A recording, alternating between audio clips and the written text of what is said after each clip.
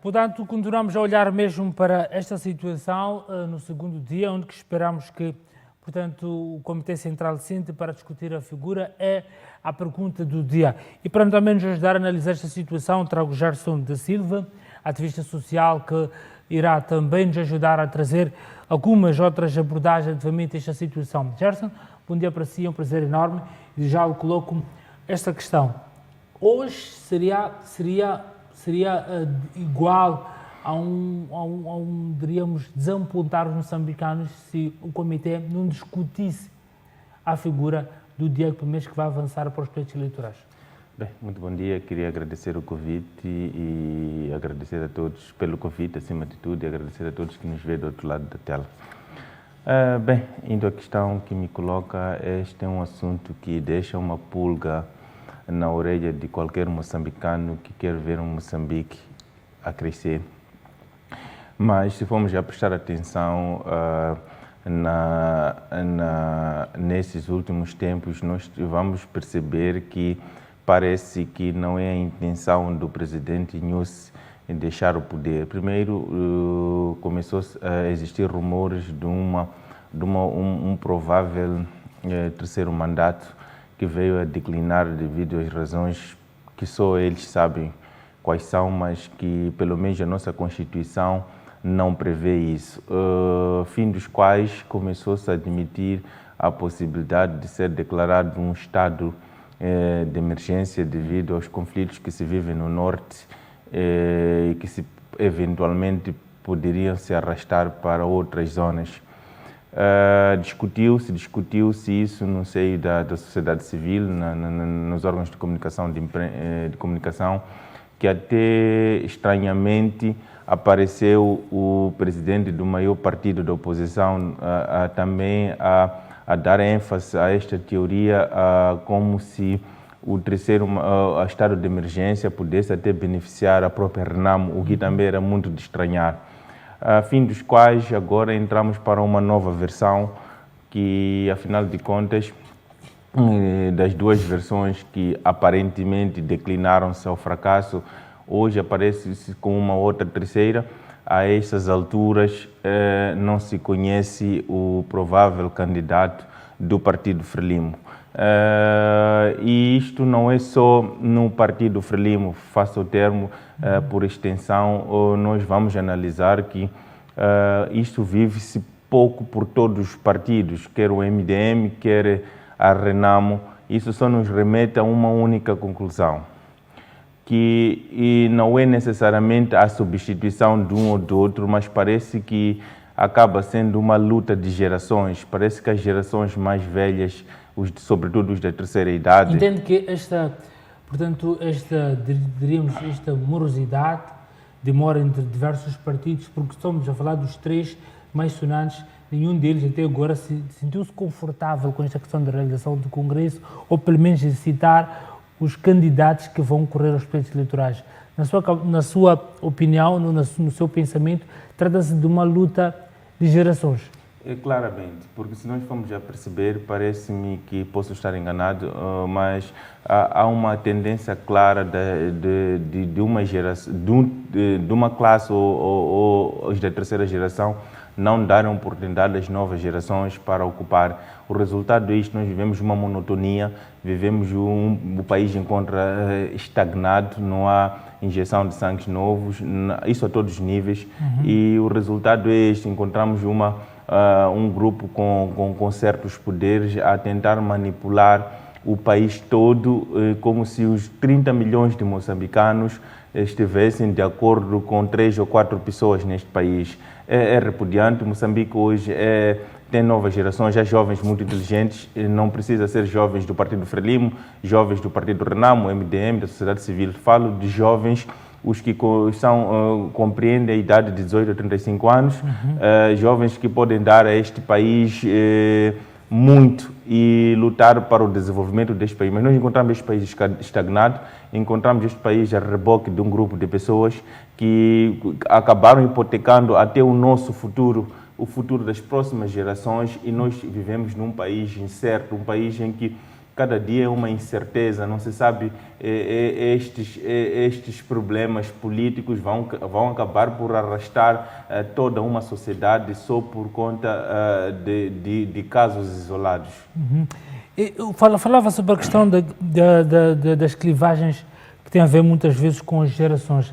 Acha que nos partidos da oposição, os partidos, o partido da oposição ou seja, o partido que está em frente e também da oposição, não há espaço para novas gerações assumirem a liderança?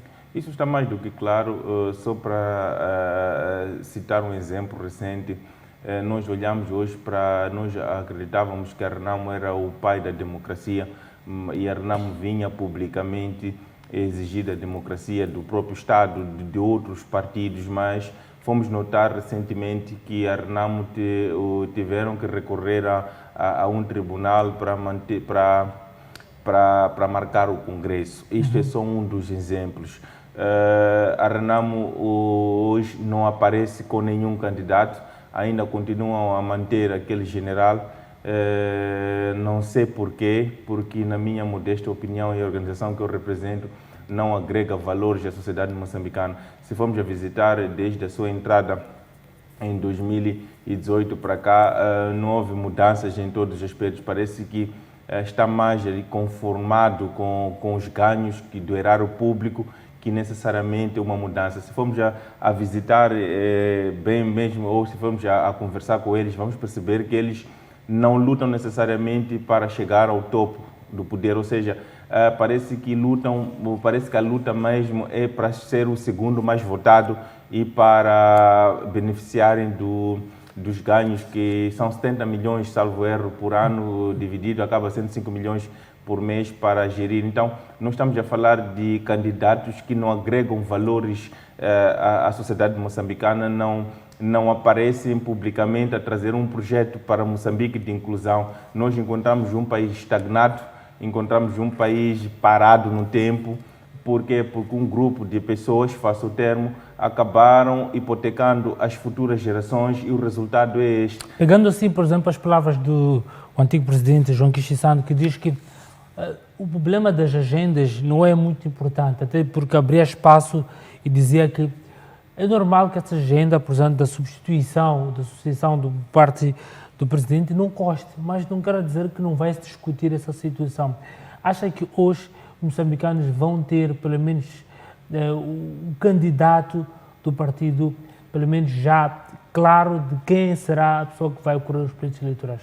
Bem, é muito difícil eu perceber quais são as motivações do antigo estadista moçambicano ao se pronunciar neste sentido.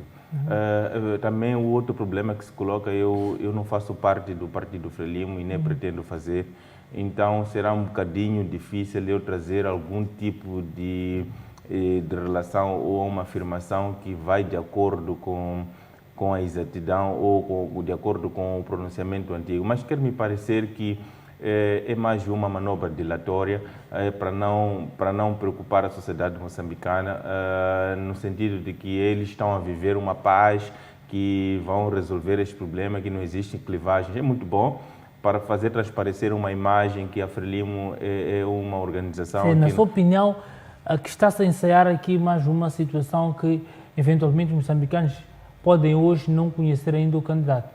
Isso está claro, porque existem indícios mais do que suficientes para percebermos que o atual presidente da Frelimo, à semelhança de outros presidentes dos outros partidos, sobretudo os africanos, parece que fazem um juramento quando chegam àqueles lugares que a morte os separa. Ou seja, se formos a prestar atenção, vamos perceber que só causas naturais é que acabam desassociando as presidências e as cadeiras dos prováveis presidentes. Ou seja, se formos a visitar a história da Renamo, vamos perceber que 77 a 79, salvo erro, com o primeiro comandante André Machangaíssa, só foi substituído quando o comandante André Machangaíssa morreu.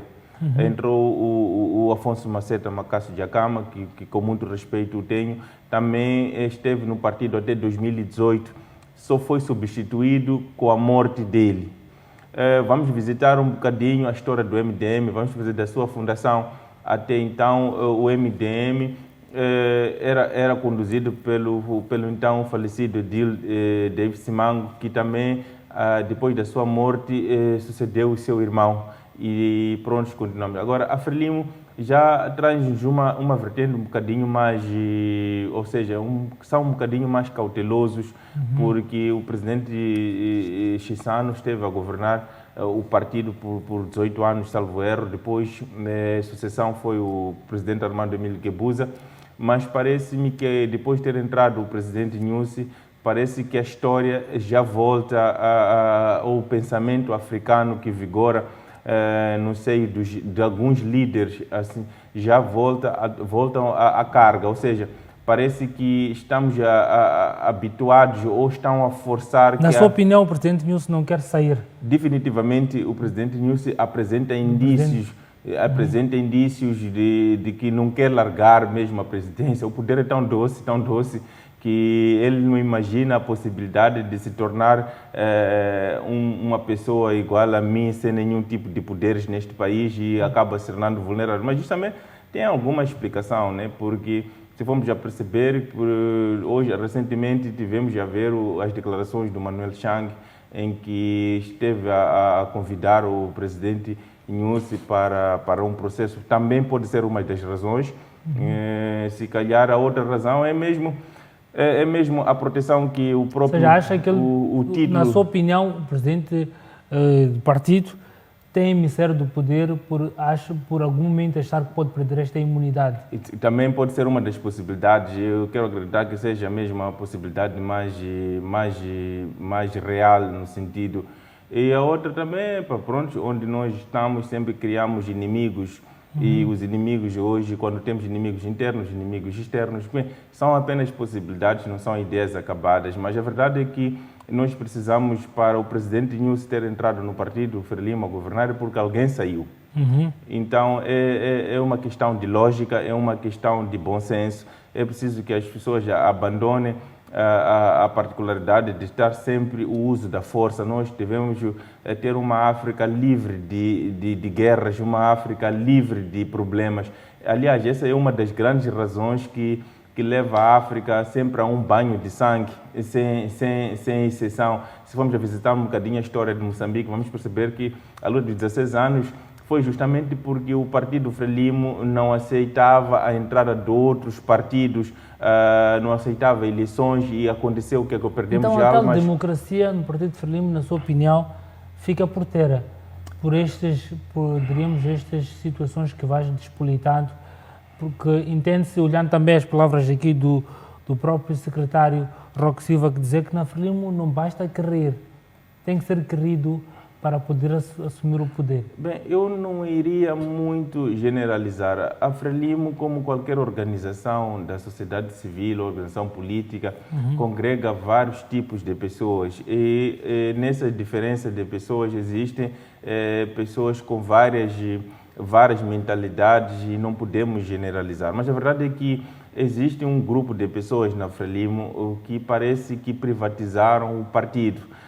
Na Frelimo existe, como na Renamo, existem boas e más pessoas. Aliás, eu queria publicamente assumir que uma das pessoas que mais me inspira neste país é um membro da Frelimo, que é o antigo PCA da Autoridade Tributária, o Rui, qualquer coisa Fernandes, que foi o PCA do INA. É um homem um homem na vertical, é da Frelimo, nem por isso ele algum dia deixou-se corromper pela natureza dos ideais de alguns associados da Frelimo. Então, é só para citar um dos exemplos, mas a verdade é que as pessoas querem se refugiar no poder estadual, ou seja, querem continuar a ser presidentes para gozar de certas imunidades. Mas isto, cada um, no fundo, deve aprender a responder pelos seus atos. Nós não podemos estar aqui a nos escapulir da verdade. A verdade, ela sempre ganha um caminho. Nós hoje não sabíamos, quando tudo parecia que era um mal-entendido com o Manuel Chang. Afinal de contas, não é um mal-entendido. Quando foi detido na África do Sul, por problemas de passaporte, parecíamos que era uma brincadeira, mas afinal de contas aquilo começou a ganhar contornos. Então, a verdade, ela sempre aparece. demora o tempo que demorar, mas a verdade sempre aparece. Este é o meu apelo, não só à Frelimo, a toda a sociedade moçambicana, que nós devemos começar a lutar para um Moçambique melhor, um Moçambique com inclusão. Isso só será possível quando existir cedência, um jogo de cedência, um jogo de oportunidades para as novas gerações. Fazendo um corte transversal, Gerson, se hoje os moçambicanos não conhecerem o candidato, que consequências tem para o partido? Bem, antes disso, é preciso nós percebermos que nós, como sociedade moçambicana, quando alguém está com alguma intenção, nós percebemos nas suas ações. Eu referi-me aqui anteriormente que os indicadores que isto tudo culminar com não apresentação do candidato, isso revela mais do que a situação de que já havia um processo ou uma intenção clara disso acontecer. Agora, a sociedade moçambicana acaba se encontrando num fogo cruzado, faço a expressão. Primeiro porque a própria oposição não apresenta nenhum tipo de candidato que até então que possa agregar valores. Por exemplo, Moçambique hoje estamos numa situação sem esperanças, porque, como eu disse, sem estar aqui a subestimar as pessoas, mas eu, na minha modesta opinião, eu sair, por exemplo, para ir votar num presidente da Renamo, o atual, eu penso que seria uma ofensa aos meus princípios morais, porque acreditando que para quem quer ver o Moçambique próspero, pelo menos visitando o último manifesto do antigo presidente, não disse nada, falou muito, mas não disse nada, passou a dizer que queria baixar a água até 50%, energia, quer dizer, nós estamos à procura de um candidato que traga reformas ao Estado, queremos um candidato que apresente propostas de que Moçambique, por exemplo, que apareça um candidato a dizer que quer, por exemplo, que o presidente do Tribunal Não acha que Supremo... deve ser por isso que há todo suspenso no partido de Frelimo, porque quer realmente se encontrar este tipo de candidato que está aqui a fazer a Frelimo é um partido que tem bons quadros. Nós não podemos hoje assumir isso. A Frelimo tem bons quadros, tem jovens muito inteligentes, intelectuais. A Frelimo investe muito nos seus quadros. Portanto, eu não ia muito por aí, porque a Frelimo tem grandes quadros, apesar de ter também grandes pessoas que defraudaram o Estado, mas também tem grandes quadros a Frelimo. Nós não podemos assumir que a Frelimo é um partido qualquer. É verdade que tem as suas... não estamos a assumir que a Frelimo esteja neste nível de consciência, percebe que a população, o povo moçambicano, precisa desta consciência que fazia a menção de um jovem, ou seja, qualquer outra figura que traga realmente aquilo que os moçambicanos querem, que reflita, que o fato que as ansiedades dos moçambicanos sejam refletidas na sua governação. Não deve ser por isso que há todo suspense para se encontrar o candidato ideal? Quer-me parecer que não, porque... Primeiro, porque o atual presidente da Frelimo já apresentava indícios, sempre apresentou indícios de não querer largar o poder. Se for a perceber, as mesmas pessoas que estão ligadas ao tal presidente da Frelimo são pessoas que governam seus países há 30 anos, há 20 anos, à semelhança de Ruanda. Então, não poderíamos ter um pensamento diferente. Aliás, é preciso nós percebermos que quando se avançou o terceiro mandato, para quem esteve atento, parece que declinou-se a um fracasso. Depois apareceu a situação do estado de emergência devido aos conflitos de Cabo Delgado. Também não sei em que ponto está. E até, inclusive, apareceu o presidente da oposição, que é muito estranho, a dizer que não concordaria com o estado de emergência. Bem, eu também não iria me surpreender se um dia aparecesse o presidente da Renamo a fazer campanha da Frelimo, porque neste andar das coisas, nós andamos mesmo de tal maneira desorganizados que hoje, qualquer dia, aparece o presidente da Renamo a fazer campanhas da Frelimo, ou isso não iria me surpreender, porque já estão a apresentar indícios de que já assumem que são todos mesmo, ou seja, ou todos congregam com os mesmos princípios. Quer dizer, parece que as pessoas não estão preocupadas com o lugar ou da presidência, mas parece que todos já estão a dizer, como quem diz, estou a lutar para o meu segundo lugar. Então, isso não é mais do que suficiente aparecer esse tipo de ações. Gerson, muito obrigado, portanto, por partilhar aqui com o caro telespectador, portanto, essas ricas opiniões relativamente àquilo que é o Congresso e também as expectativas que temos relativamente a este segundo dia de que o Comitê Central do Partido também vai sentar-se mesmo para discutir esta situação. Para já, vamos olhar para mais uma situação onde o antigo Ministro dos Combatentes, Carlos Celia, diz que o posicionamento do Oscar Monteiro, assim que é unânime no seio da Associação dos Combatentes de Luta de Libertação Nacional. Portanto, vamos conferir esta nota, mas muito antes disso, vamos conferir aquilo que são os compromissos comerciais e voltamos para mais outra situação cá no programa. Até já.